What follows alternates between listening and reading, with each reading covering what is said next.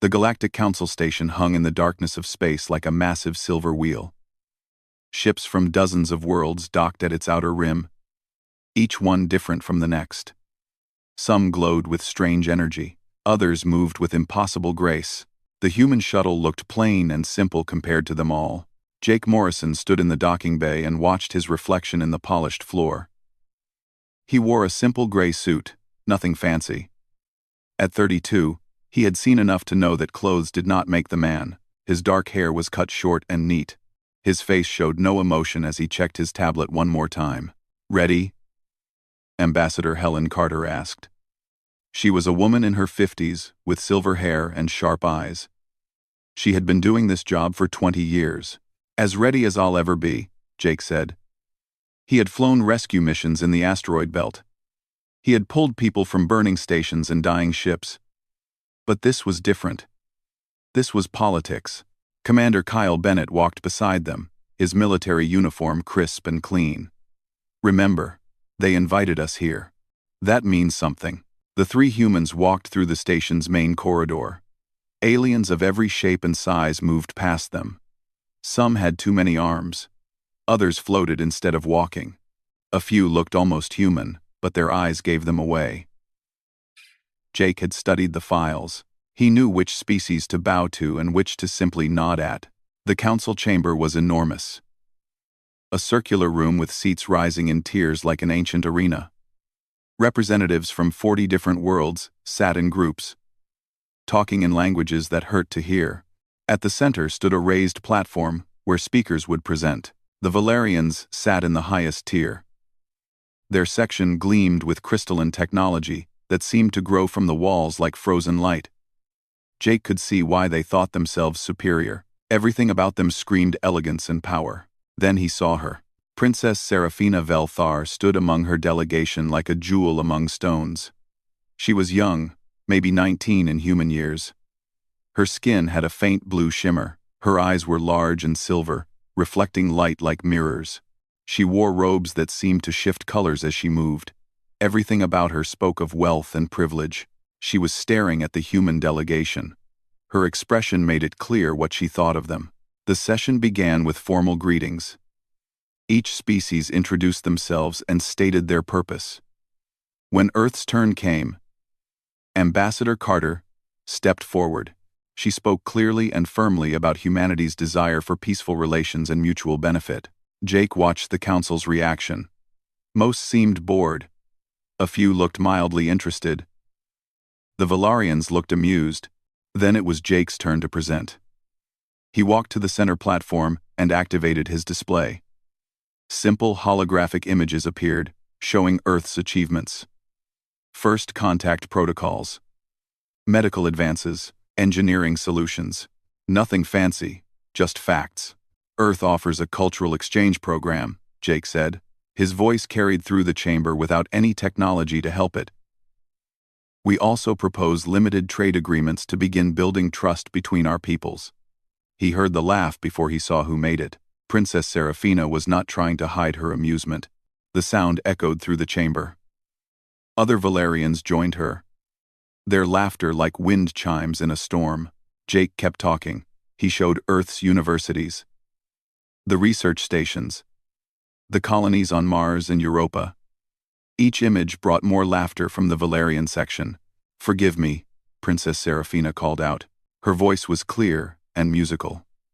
"But did you just compare your Mars colony to the Valerian ringworlds? We have had faster-than-light travel for 10,000 years. You achieved it last century." Jake stopped his presentation. He looked at her directly. "Yes, Princess. We're new to space travel. We're still learning." "Still learning?" She stood up, and the chamber grew quiet. "You're barely evolved primates playing at civilization. Your technology is primitive. Your lifespans are laughably short. You've had written language for what, 5,000 years? Some of my family's furniture is older than your oldest cities." Ambassador Carter started to respond, but Jake raised his hand slightly. He knew political games. This was a test. If he got angry, they would use it against Earth. If he showed weakness, they would dismiss humanity forever. The princess makes valid points, Jake said calmly. Earth is young compared to the Valerian Empire. We have much to learn. Earth, Serafina smiled. It was not a kind smile. At least you admit your inferiority. That's something, I suppose. Jake continued his presentation. He talked about Earth's medical programs. The Valarians laughed at human lifespans. He mentioned human art and culture. They mocked the short history. Everything he said was met with contempt. The session ended after 2 hours. Jake had maintained his composure throughout. He gathered his materials and prepared to leave. Ambassador Morrison, a voice called. He turned to see Princess Serafina approaching. Her delegation stayed behind, watching with interest. She walked right up to him. Up close, he could see she was actually shorter than him. But she carried herself like she was 10 feet tall. I wanted to speak with you privately, she said. Away from the formalities, Jake waited. He had learned long ago that silence made people reveal more than questions did. I've been studying your species, Serafina continued, trying to understand why the council even invited you. And I've realized something. You're not just primitive. You're dangerous in your ignorance. You rush into space with barely any understanding of the forces you're playing with. You make alliances you can't maintain and promises you can't keep. Honestly, it would be better for everyone if humanity just stayed on your little planet and stopped pretending you belong among real civilizations. She paused, clearly expecting a response. Maybe anger. Maybe a defense of human achievements. Maybe begging for another chance. Jake looked at her for a long moment. He saw a child who had never been told no. A young woman who had been given everything and earned nothing. Someone who confused age with wisdom and technology with worth. He could argue with her. Point out that Valerian arrogance had cost them allies. Mention the 3 wars they had started and lost in the past millennium. Remind her that empires built on pride usually fell the hardest. But what would be the point? Jake turned and walked away. He said nothing. He did not look back. His footsteps echoed in the corridor as he left her standing there. Behind him, he heard her gasp. Probably the first time anyone had ever dismissed her like that. The other alien delegates had seen it too. He could feel their eyes on his back. Commander Bennett caught up to him. That took guts. That took common sense, Jake replied. You can't win an argument with someone who isn't interested in truth. You can only refuse to play their game. Ambassador Carter joined them at the shuttle. Well, the summit was a disaster. But at least we made an impression. Jake looked back at the station one more time. Through the window, he could see the Valerian section. Princess Serafina stood where he had left her, still staring at the spot where he had been. Yes, Jake said quietly. I suppose we did. The shuttle detached and began its journey back to the human ship waiting in orbit. Jake did not think about the princess or her insults.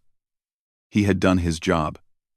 He had represented Earth with dignity. What the Valerians thought did not matter. He had no way of knowing that 3 weeks later, everything would change. That the proud Valerian Empire would face a crisis that would bring them to their knees. That Princess Serafina would learn the difference between power and strength, but that was still to come. For now, Jake Morrison simply went home. His duty done, and his conscience clear. 3 weeks passed since the failed summit. Jake Morrison had returned to Earth and filed his reports. The Galactic Council had moved on to other matters. Nobody expected to hear from the Valarians anytime soon. Then the distress signal came. Jake was in his office in Geneva when Ambassador Carter called him. Her face on the screen looked worried. Turn on the Galactic news feed. Channel 7. He switched it on. The image showed a Valerian colony world. Smoke rose from burning cities. Ships streaked across the sky, firing weapons that tore through buildings like paper. The news anchor spoke in rapid Valerian, but the translation scrolled across the bottom of the screen. The colony of Velcaris is under attack by Kresh forces. Casualties are estimated in the thousands. The Valerian military has engaged the enemy but faces difficulties. The Kresh have deployed a biological weapon, Valerian medical facilities report being overwhelmed. Jake leaned closer to the screen. He had read about the creche. Insectoid species. Aggressive. They wore organic armor that adapted to different weapons. Hard to kill, and harder to negotiate with. How bad? He asked. Bad, Carter said. The creche hit them with something that specifically targets Valerian biology. Some kind of engineered disease. Children are dying, Jake. Thousands of them. Creche hit them with Orvelian's ply. Creche hit them with Orvelian's plies. Jake felt his stomach tighten. What's the council doing? Sending thoughts and prayers, mostly. The Althorians said they lack the medical knowledge. The Zenthari offered sympathy but no ships. The Mexari just ignored the request completely. Seems the Valerians' attitude cost them more friends than they realized. The screen showed Valerian medical centers packed with patients. Doctors moved between beds, clearly overwhelmed. Small forms lay covered in blankets. Children. Jake had seen enough war to know what those still shapes meant. They asked Earth for help, Carter said quietly. Jake looked at her. They, what? Prince Alderon Velthar. He's the princess's older brother. He sent a formal request to Earth specifically. Said we have experience with biological threats and harsh environments. He's asking for medical assistance. After his sister called us barely evolved primates? After that, yes. Carter's expression was hard to read. The request is formal and desperate. He's offering compensation, technology sharing, trade agreements, whatever we want. Jake thought about Princess Seraphina standing in the council chamber, her voice dripping with contempt. He thought about walking away from her, leaving her speechless. It would be satisfying to let the Valerians suffer. To let them learn that pride came with a price. Then he thought about those small forms under blankets. When do we leave? He asked. Carter smiled. It was a sad smile, but a proud one. I already have a ship preparing. The Mercy's Hand. Medical vessel. Captain Lisa Hammond is a good officer. Dr. Greg Sullivan is the best xenobiologist we have. I want to go with them. I thought you might say that. I already added you to the crew manifest as diplomatic liaison. She paused. Jake. Are you sure? They humiliated you. Humiliated all of us. Nobody would blame us for saying no. I would blame us, Jake said. Those kids didn't insult anyone. They're just sick and scared. If we can help, we help. It's that simple. 2 days later, Jake stood on the bridge of the Mercy's Hand as it dropped out of faster-than-light travel. The colony world filled the view screen. Even from orbit, he could see the damage. Entire sections of cities were dark. Debris floated in orbit from destroyed defense platforms. Captain Hammond was a tall woman with short blonde hair and eyes that missed nothing. Receiving approach coordinates. They're directing us to the main medical facility. Any sign of the creche? Jake asked. Negative. Long-range scans show they withdrew after the initial attack. Probably didn't want to face Valerian reinforcements. She looked at the medical readouts. But they did their damage. Infection rates are climbing. Dr. Sullivan joined them on the bridge. He was a thin man with gray hair and hands that never stopped moving. I've reviewed the data they sent. This pathogen is sophisticated. Engineered specifically for Valerian DNA. It attacks their respiratory system and neural pathways simultaneously. Can we treat it? Jake asked. Maybe. Earth dealt with some nasty biological weapons during the corporate wars. We developed broad-spectrum treatments. Might work on Valerian biology. Won't know until we try. Treat Team 7. Tu Mengstein. The ship descended through the atmosphere. Jake watched the colony grow larger. It had been beautiful once. Now it looked broken. The landing pad was crowded with medical shuttles and emergency vehicles. A delegation waited as they touched down. Jake recognized the uniforms. Valerian military and medical personnel. And standing at the front, looking like she would rather be anywhere else, was Princess Seraphina. Jake walked down the ramp with Captain Hammond and Dr. Sullivan. A squad of human medics followed, carrying equipment. A tall Valerian male stepped forward. He wore the robes of royalty, but they looked rumpled and tired. "I am Prince Alderon Vel Thar. Thank you for coming. We are grateful for any assistance Earth can provide." His voice was formal, but Jake heard the exhaustion in it. This man had not slept in days. "We'll do everything we can," Jake said. He kept his voice professional. He did not look at Princess Seraphina, but she was staring at him. Her silver eyes were wide with something that might have been surprise or shame. She opened her mouth like she wanted to say something, then closed it again. Prince Alderon led them into the medical facility. The smell hit Jake immediately. Sickness and death and fear all mixed together. The hallways were packed with patients. Every bed was full, many lay on the floor. Dr. Sullivan went to work immediately, setting up diagnostic equipment. The human medics began triage, moving between patients with practiced efficiency. They had trained for this. Earth's history of plagues and wars had taught humanity how to handle medical disasters. Jake watched a human nurse kneel beside a small Valerian child. The child was crying, struggling to breathe. The nurse spoke softly, checking vital signs, adjusting the medication drip. The child's parents stood nearby, watching with desperate hope. "Why are you doing this?" a voice asked behind him. Jake turned. Princess Seraphina stood there. She looked different from the council chamber. Her robes were simple and stained. Her face was pale. Her hands shook slightly. "Doing what?" Jake asked. "Helping, after what I said, after how we treated you."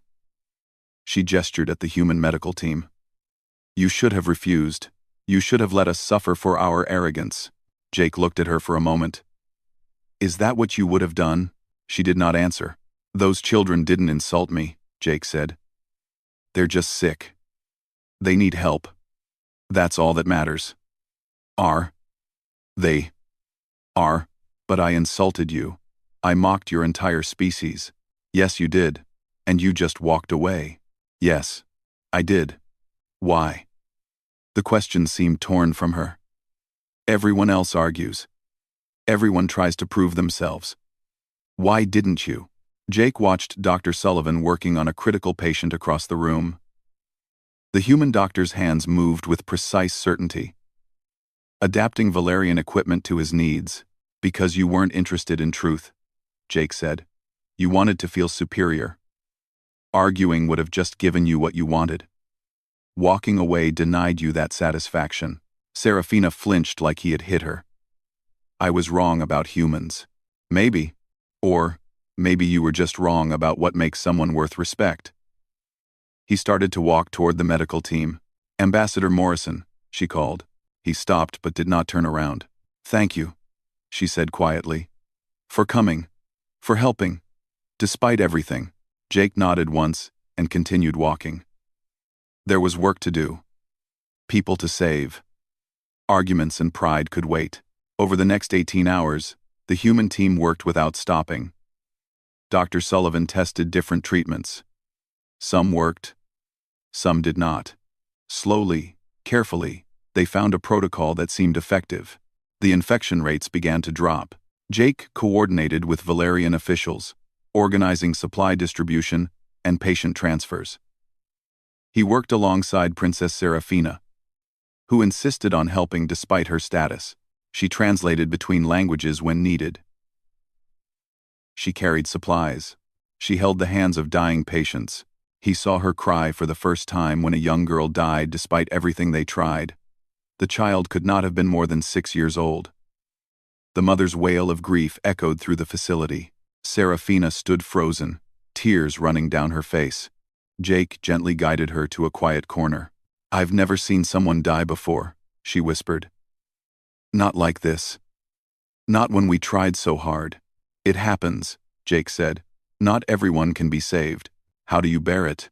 You remember the ones you did save. You keep working so fewer die next time." He handed her a cloth to wipe her face. "And you accept that doing everything possible is all anyone can ask." A Valerian doctor approached them. "Ambassador Morrison. Dr. Sullivan says he can save the critical cases now. The treatment is working. We need to mass produce it." Jake felt the tension leave his shoulders. Good. Let's make that happen. He walked back into the chaos of the medical center. Behind him, Princess Serafina watched with new eyes. The human she had mocked was saving her people. Not for glory. Not for rewards, simply because it needed to be done. And somewhere in her young heart, something began to change. The medical center buzzed with controlled chaos. Human and Valerian staff moved between patients in a careful dance. Dr. Sullivan had been working for 26 hours straight. His team rotated shifts, but he refused to rest. "I'll sleep when everyone's stable," he said, when Jake suggested a break. Princess Serafina had become Jake's shadow. She followed him through the facility, helping where she could.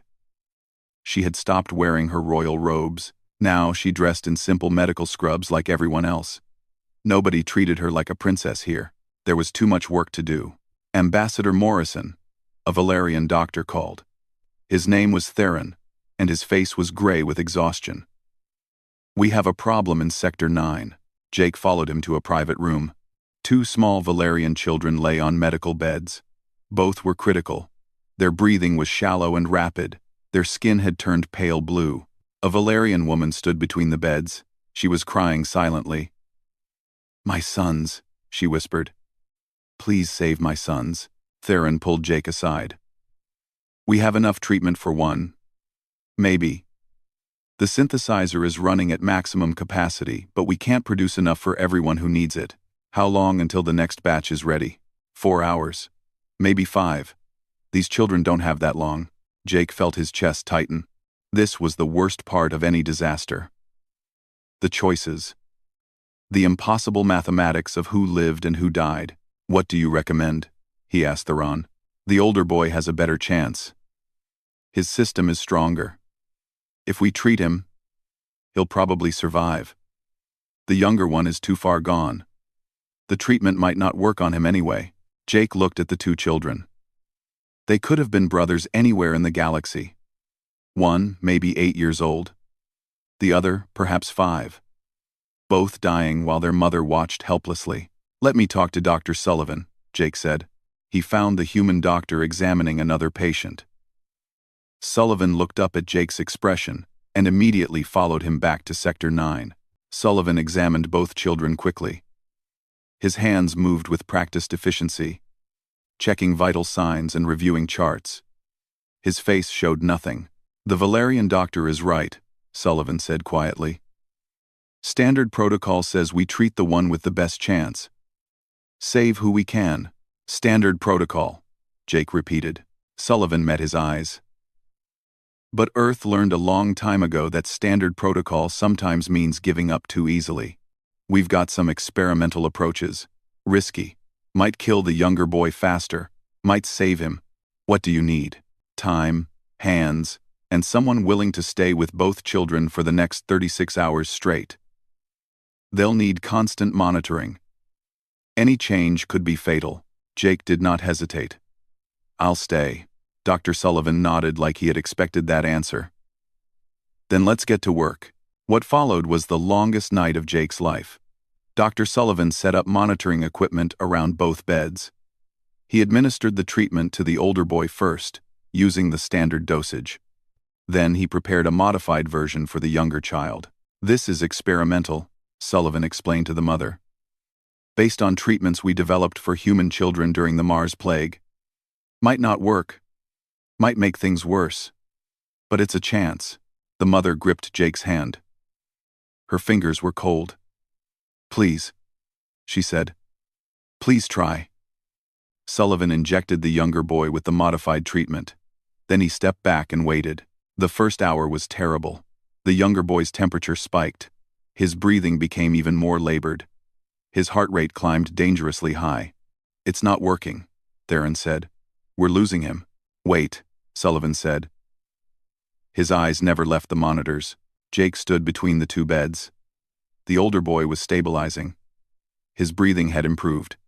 Color was returning to his skin. The treatment was working for him, but the younger boy was getting worse. Princess Serafina had entered the room at some point. She stood in the corner, watching in silence. Her face was pale. 2 hours passed.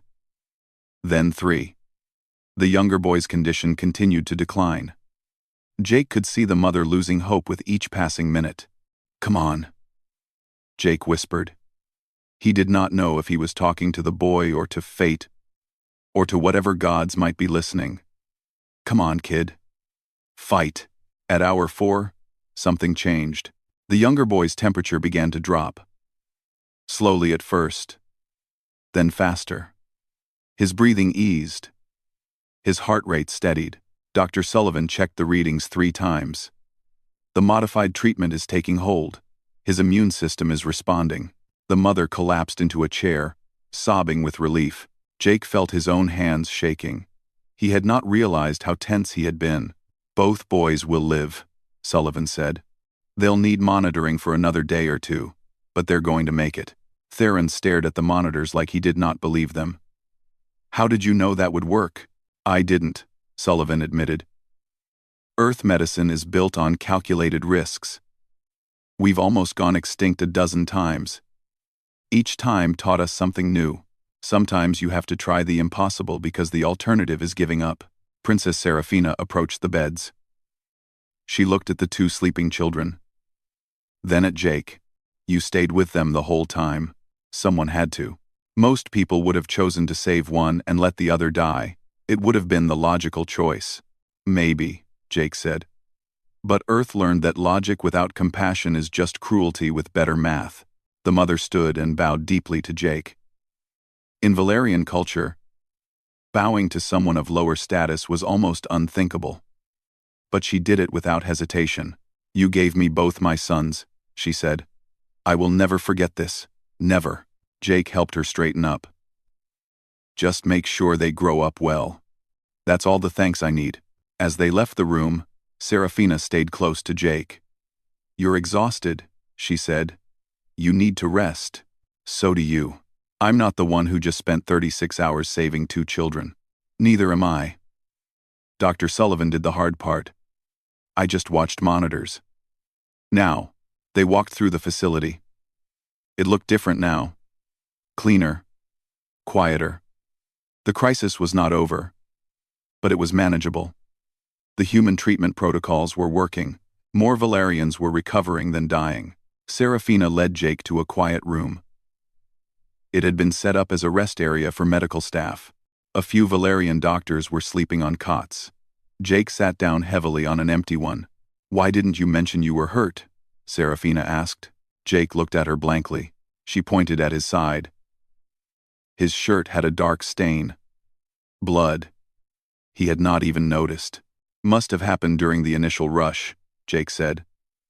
"Caught on some equipment or something." "It's fine. It's not fine. You're bleeding. It's not important right now." Serafina's voice rose. "You stood for 36 hours bleeding and didn't say anything? People were dying. A scratch could wait." She stared at him like he was speaking another language. Then she called for a medic. A human nurse came over and examined Jake's side. The wound was not deep, but it needed treatment. As the nurse worked, Serafina sat down across from Jake. Her silver eyes were filled with something he could not quite identify. "I need to tell you something," she said quietly. Jake waited. "At the summit, I said terrible things. I called your species primitive. I mocked everything about Earth. I did it because I was taught that bloodline and technology determined worth. I believed that the Valerian Empire was superior because we were older and more advanced." "I know," Jake said, "but I was wrong, completely wrong." Her voice cracked. "I watched you work for days without rest.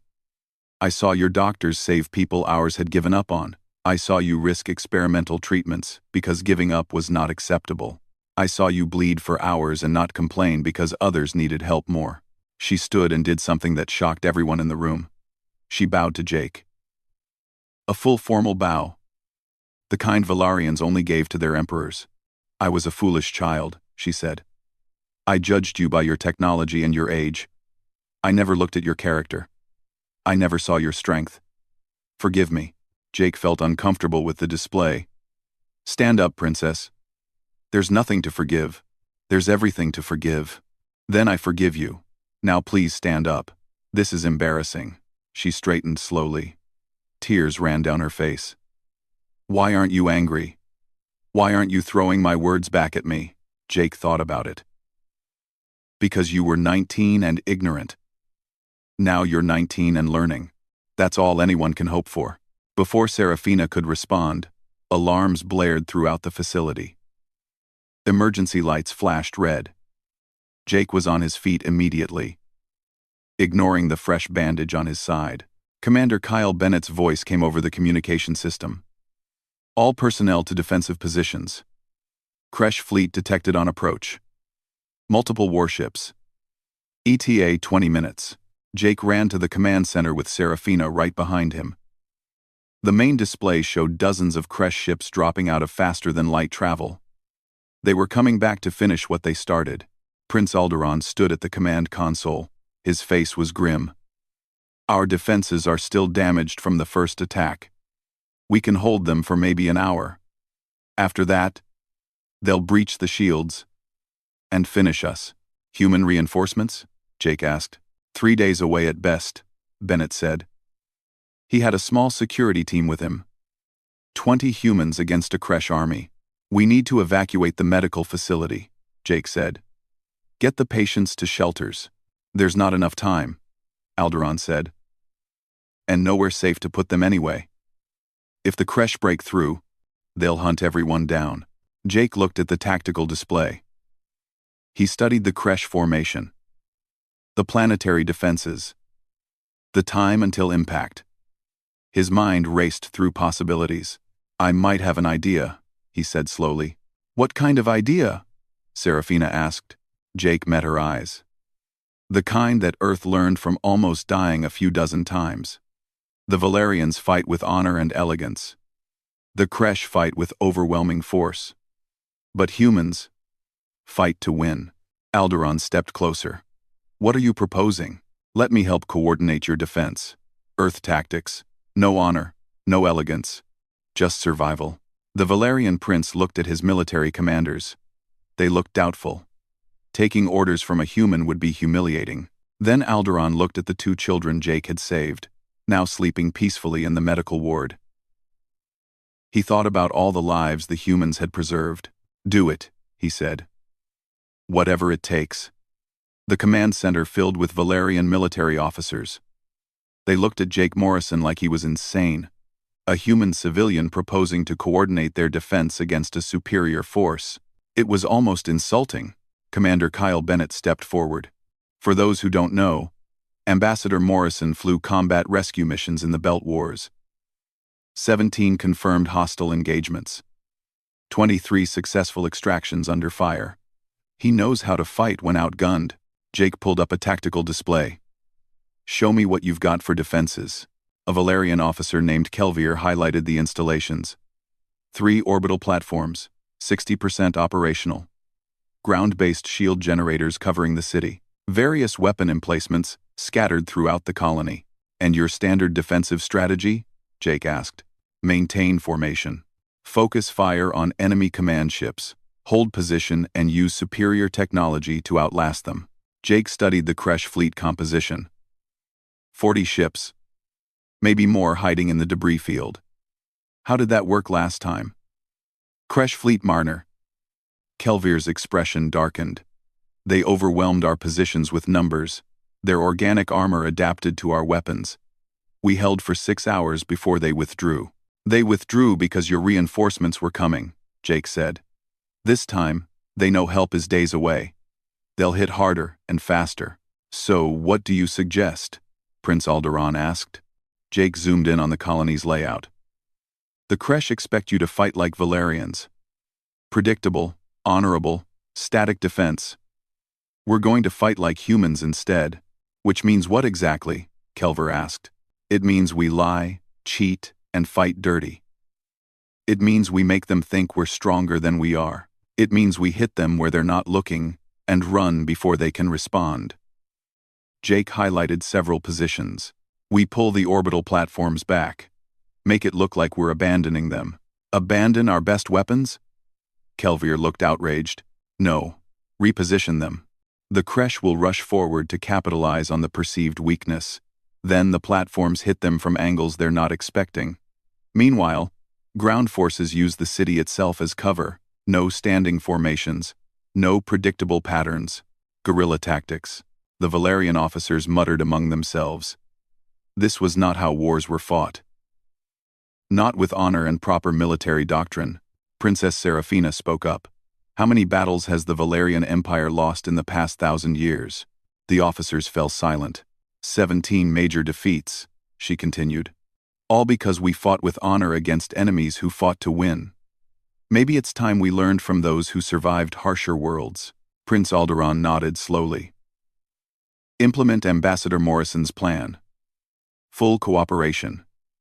The next 15 minutes were controlled chaos. Jake worked with Commander Bennett to redeploy forces. Valerian soldiers moved to new positions. The orbital platforms began their repositioning burn. Weapon systems were recalibrated for hit-and-run tactics. Princess Seraphina stayed at Jake's side, translating rapid-fire commands and coordinating with Valerian units. She had a sharp mind for tactics. She saw what Jake was doing and anticipated the next steps. You're not just defending, she said quietly. You're setting traps. Earth learned that sometimes the best defense is making the enemy regret attacking. Jake highlighted 3 positions. These weapon emplacements will fire once, then go dark. The Kresh will think they destroyed them. They'll ignore those positions. When the Kresh commit their boarding parties, those weapons come back online. Deceptive, Seraphina said. Effective, Jake replied. The Kresh fleet entered weapons range. Their ships were ugly things. Organic hulls covered in chitinous armor. Weapons that looked grown rather than built. They moved in swarm patterns. Overwhelming through sheer numbers. Here they come, Bennett said. All units hold position. Wait for the signal. The Kresh opened fire. Energy weapons tore through space. The Valerian shields held but buckled under the assault. From orbit, it looked like the colony was struggling. Platforms retreating, Kelvir reported. He sounded ashamed even though it was part of the plan. The Kresh fleet surged forward, just as Jake predicted. They saw weakness and moved to exploit it. Their formation loosened as they accelerated. Now, Jake said calmly, the orbital platforms reversed thrust and fired from their new positions.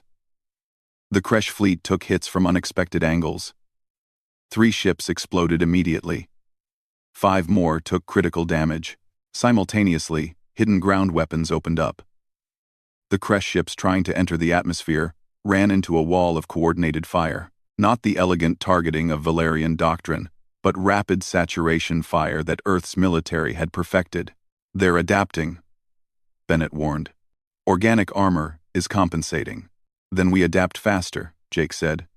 Switch to kinetic weapons. Pattern Delta 7. Indated. Valerian gunners hesitated for a moment. Pattern Delta 7 was not in their military manual. It was a human designation for focused fire on structural weak points. Not honorable, not clean, but brutally effective. The Kresh formation broke. They were confused. This was not how Valerians fought. The predictable enemy had become unpredictable. But the Kresh were not stupid. They pulled back and regrouped. Their commander, viewing from a massive bioship, adjusted tactics. If they could not overwhelm the orbital defenses, they would bypass them entirely. Detecting multiple drop pods, a scanner operator called. They're landing boarding parties directly on the colony. Targeting medical facilities. Jake's blood ran cold. Of course, the Kresh knew the Valerians would protect their civilians. Attacking the hospital would force them to commit ground forces, breaking their defensive formation. How many pods? He asked. 50, maybe 60, each carrying 20 to 30 warriors. Over 1,000 Kresh soldiers hitting the ground in minutes. The Valerian military was spread too thin to stop them all. Bennett, take your team and reinforce the medical center, Jake said. That's 20 humans against 1,000 Kresh, Bennett said flatly. I know the math. Do it anyway. Bennett did not argue. He gathered his security team and ran for the transport. Jake turned to the Valerian officers. Pull your forces back to protect the hospital. Forget the weapons emplacements. Forget everything else. If the creche take the medical center, they can use the patients as hostages. Prince Alderaan gave the orders immediately. Valerian soldiers began falling back to form a defensive perimeter. I'm going too, Princess Seraphina said. Absolutely not, Prince Alderaan said. You're heir to the throne. You belong in the command bunker. Those patients are my people. I won't abandon them. She looked at Jake. You're going, aren't you? Jake was already moving toward the door. I was a rescue pilot. This is what I do. Then I'm coming with you. Seraphina followed before her brother could stop her. They reached the medical center just as the first creche warriors broke through the perimeter. Jake had never seen a creche up close before. They were nightmares made real. 8 feet tall, 4 arms ending in blade-like claws, exoskeletons that shifted and adapted, mandibles that could tear through metal. Commander Bennett's team had set up defensive positions at the main entrance. Human weapons fired in controlled bursts. The creche fell, but more kept coming. Fall back to checkpoint 2, Bennett ordered. Give ground slowly. Jake grabbed a rifle from a supply locker. He had not fired a weapon in combat for 5 years. His hands remembered anyway. Seraphina found a Valerian energy pistol. I've trained in royal self-defense, she said. This isn't practice, Jake said. If you shoot, shoot to kill. The creche pushed deeper into the facility. They were heading for the children's ward. Jake realized they were not just attacking randomly. They were targeting the most vulnerable. To force a complete surrender. They're going for the kids, he said to Bennett. I know. We can't stop them all. Then we stop enough. Jake ran down the corridor toward the children's ward. Seraphina followed despite his gesture for her to stay back. They rounded a corner and found 3 creche warriors tearing through a barricade. Jake fired without thinking. The rifle kicked against his shoulder. 3 shots. 3 hits. 1 creche went down. The other 2 turned toward him. They were fast. Faster than anything human had a right to survive against. 1 warrior lunged at Jake. He dove sideways, feeling claws tear through the air where his head had been. Seraphina fired her pistol. The energy bolt caught the creche in its center mass. It stumbled but did not fall. The organic armor was adapting. Jake rolled to his feet and fired again.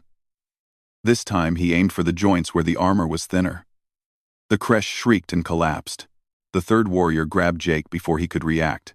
It lifted him off the ground with 2 arms while the other 2 prepared to strike. Jake saw the bladed claws descending toward his chest. Then Seraphina was there. She fired her pistol directly into the creche's head, at point-blank range. The warrior's skull exploded. It dropped Jake and fell backward. Jake hit the ground hard. Pain shot through his ribs. The old injury in his side had torn open again. Blood soaked through his shirt. Jake. Seraphina dropped beside him. You're hurt. I'm fine. Check the ward. But more creche were coming. They heard the sounds of combat. Felt the vibrations of heavy bodies running. There were too many. Jake forced himself to stand. He reloaded his rifle with shaking hands. Get the children out. There's an emergency exit on the east side. What about you? I'll buy you time. No. Seraphina's voice was firm. We hold together. They took positions on either side of the corridor. Jake counted his remaining ammunition. Not enough. Not nearly enough. The creche came around the corner in a wave. 6 warriors, maybe 7. All focused on reaching the children behind them. Jake fired until his rifle clicked empty. Seraphina's pistol overheated and died. Still the creche came. Then human voices echoed from behind them. Get down! Jake pulled Seraphina to the floor. Commander Bennett and his team came through, firing in disciplined volleys. The creche warriors fell under concentrated fire. Bennett helped Jake to his feet. Medical center is secure. Creche are pulling back. Why? Jake asked through the pain. Because human reinforcements just dropped out of faster than light travel. 3 ships. The creche didn't expect them for days. They're retreating. Jake felt his legs give out. Bennett caught him before he hit the ground. You're bleeding badly, Bennett said.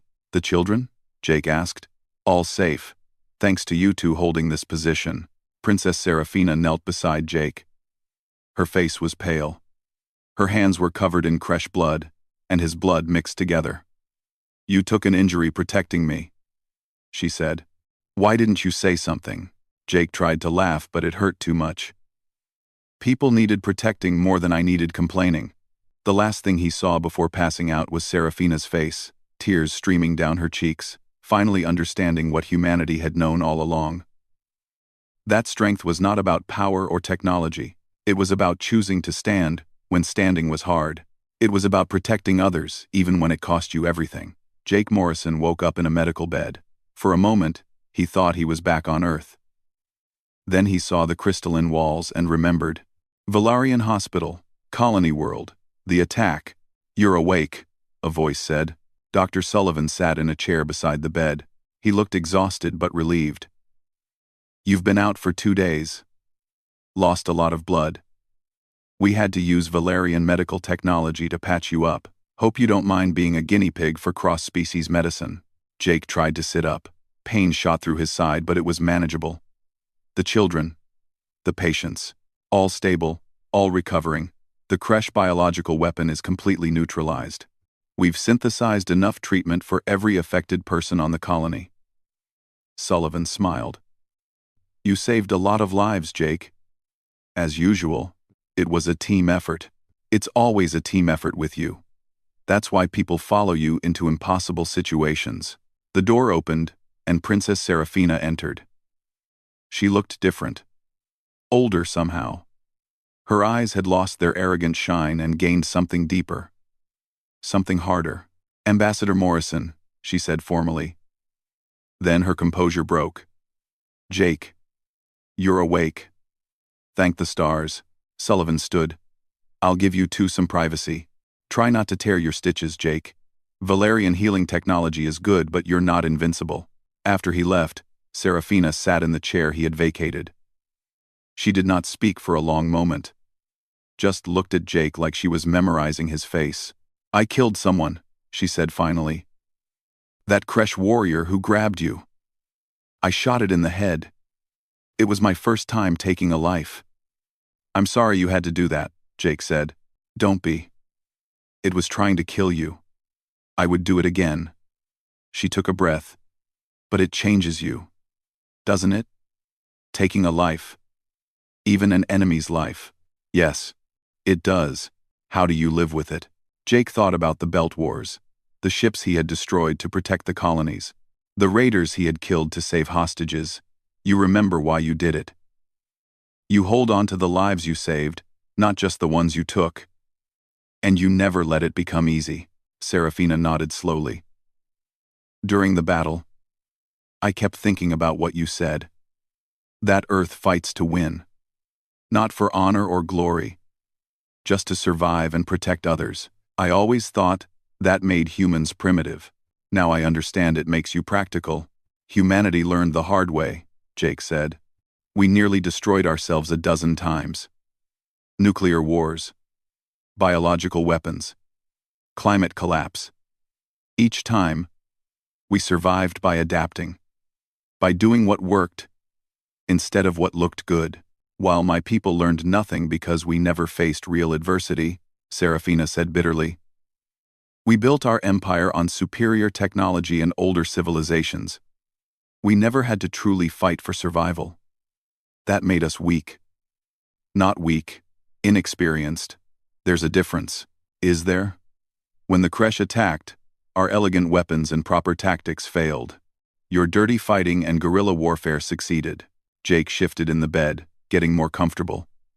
Princess, can I tell you something about Earth history? Please. 500 years ago, we had a saying. Pride comes before the fall. It meant that arrogance leads to failure.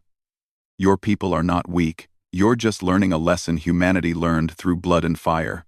That survival matters more than pride.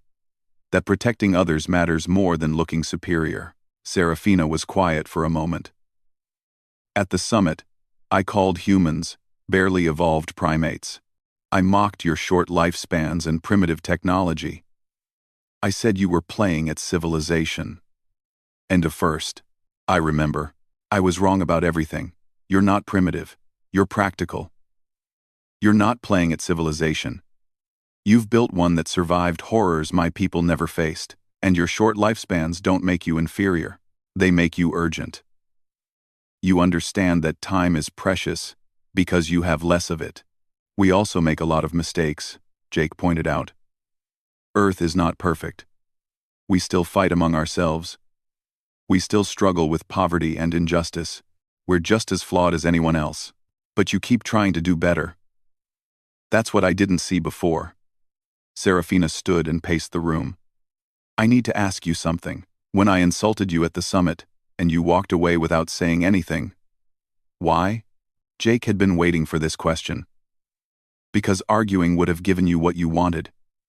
You wanted to feel superior by making me feel inferior. If I had argued, you could have dismissed anything I said as defensive posturing. Walking away took away your power. It made me angrier than any argument could have. I know. That was the point.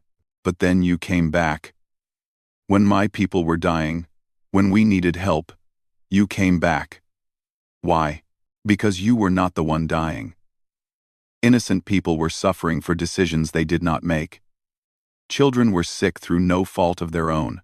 I could let you suffer the consequences of your arrogance. Or I could help people who needed help. That was an easy choice. Serafina's eyes filled with tears. I don't deserve your help. My people don't deserve it. We were cruel and dismissive. Maybe. But deserve has nothing to do with need. Those children needed medicine. That mother needed her sons to live. Dr. Sullivan had the knowledge to help. I had the ability to coordinate relief. What we deserved did not change what we could do. You're a better person than I am. Jake shook his head. I'm just older and more experienced. Give yourself time, princess. You're learning. The door opened again. Prince Alderaan entered with Ambassador Helen Carter. Both looked serious. Ambassador Morrison, Alderaan said. I'm glad to see you recovering. I bring news from the Galactic Council, and from my father, the Emperor. Jake gestured for them to continue. The Emperor has called an emergency session of the Galactic Council. He wishes to address them regarding Earth and the Valerian Empire's relationship. Alderaan paused. He also wishes to publicly acknowledge what happened here. Your actions, your people's sacrifice. Carter added, the Council is very interested in Earth now. 4 other species have requested formal meetings to discuss alliances. The Mixari, who ignored the Valarians completely, have asked specifically about human medical protocols. Politics, Jake said tiredly. Yes. But good politics. Carter smiled. You walked away from an insult and came back to save lives.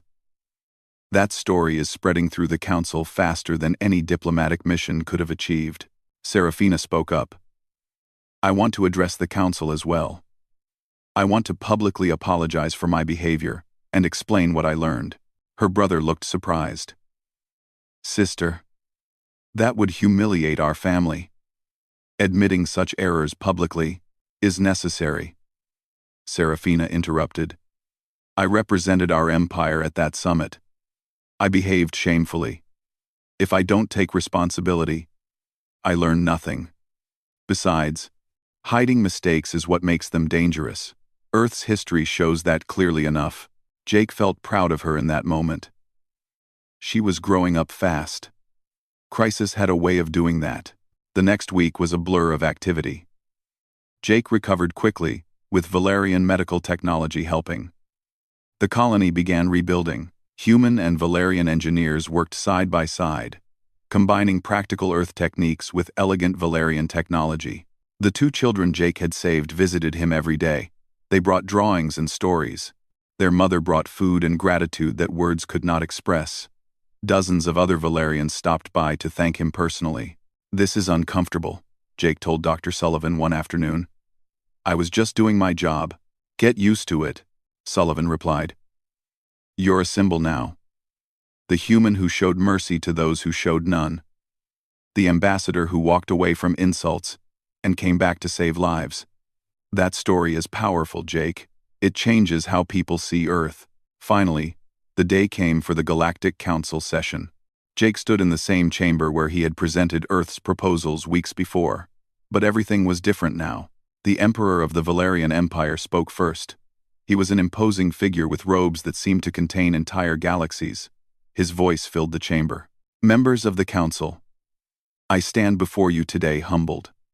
My people faced a crisis that our technology and pride could not solve. We asked for help, and most of you refused. Some said we deserved our suffering for our arrogance. Others simply ignored us.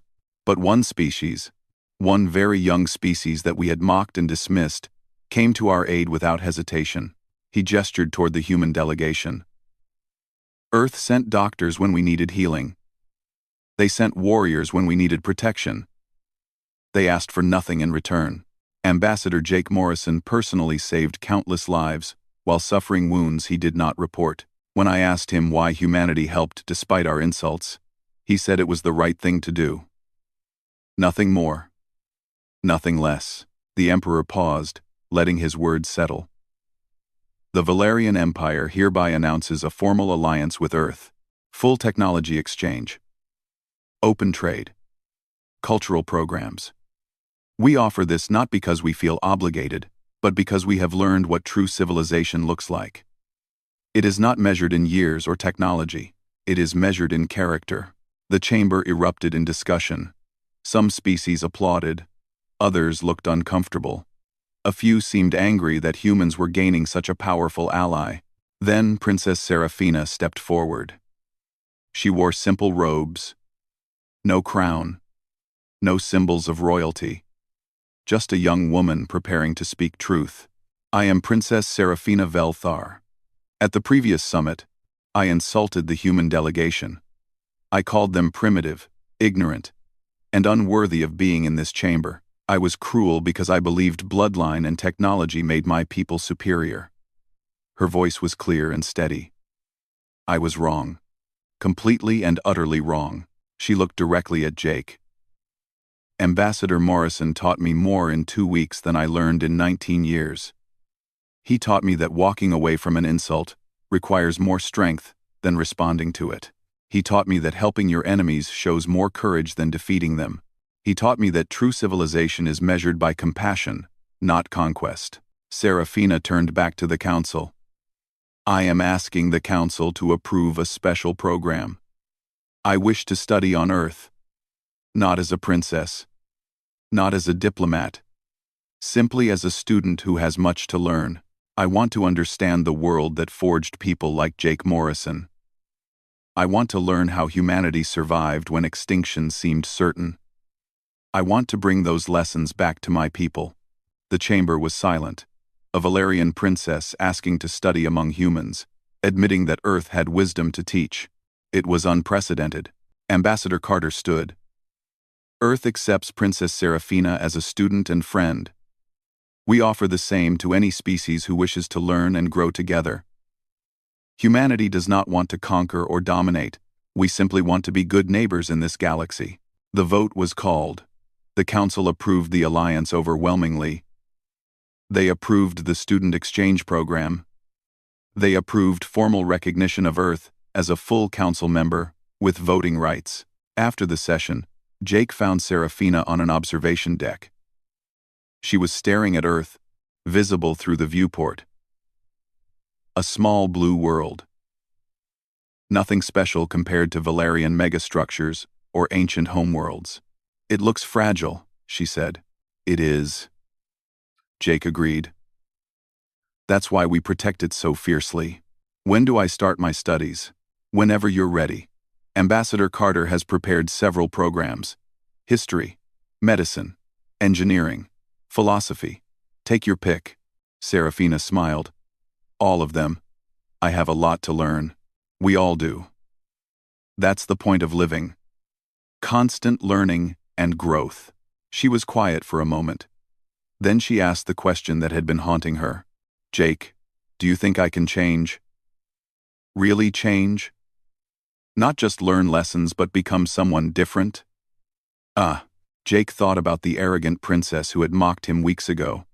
He thought about the young woman who had fought beside him, killed to protect him, and now stood ready to humble herself for wisdom. "You already have changed," he said. "You just haven't realized it yet. The princess who insulted me would never admit she was wrong. She would never ask to study on Earth. She would never fight to protect children who were beneath her status. You're not that person anymore. What am I now? Someone who's learning that strength comes from character, not birthright. Someone who understands that helping others matters more than pride. Someone who will make her empire better because she's willing to admit it needs to improve." Jake smiled. "You're 19 years old and you just learned the hardest lesson in the universe. That's impressive." Serafina looked at him with gratitude and something deeper. Respect earned through shared hardship. "Thank you. For walking away. For coming back. For teaching me what I needed to learn. Thank you for being willing to learn. Not everyone is." They stood together, watching Earth slowly rotate. A young princess from an ancient empire, and a human who understood that true strength was measured in compassion. An unlikely friendship born from insult and forged in crisis. The galaxy was changing. Humanity was no longer dismissed as primitive newcomers. They were recognized as people who survived through resilience, adapted through necessity, and helped others because it was right. And Jake Morrison, the man who had walked away from an insult and come back to save lives, returned to his simple quarters and slept the sleep of someone who had done his duty and done it well. The story would spread through the galaxy. The tale of the 19-year-old alien princess who mocked the human and the human who responded with silence and compassion. It would become a teaching story, a reminder that character mattered more than technology, that helping your enemies showed more strength than defeating them, and that sometimes the most powerful response to cruelty was quiet dignity, followed by selfless action. Humanity had arrived among the stars. Not with conquest or domination, but with the simple declaration that all life was worth protecting, even lives that had shown them contempt. That was the lesson Earth brought to the galaxy, and it was a lesson the galaxy desperately needed to learn.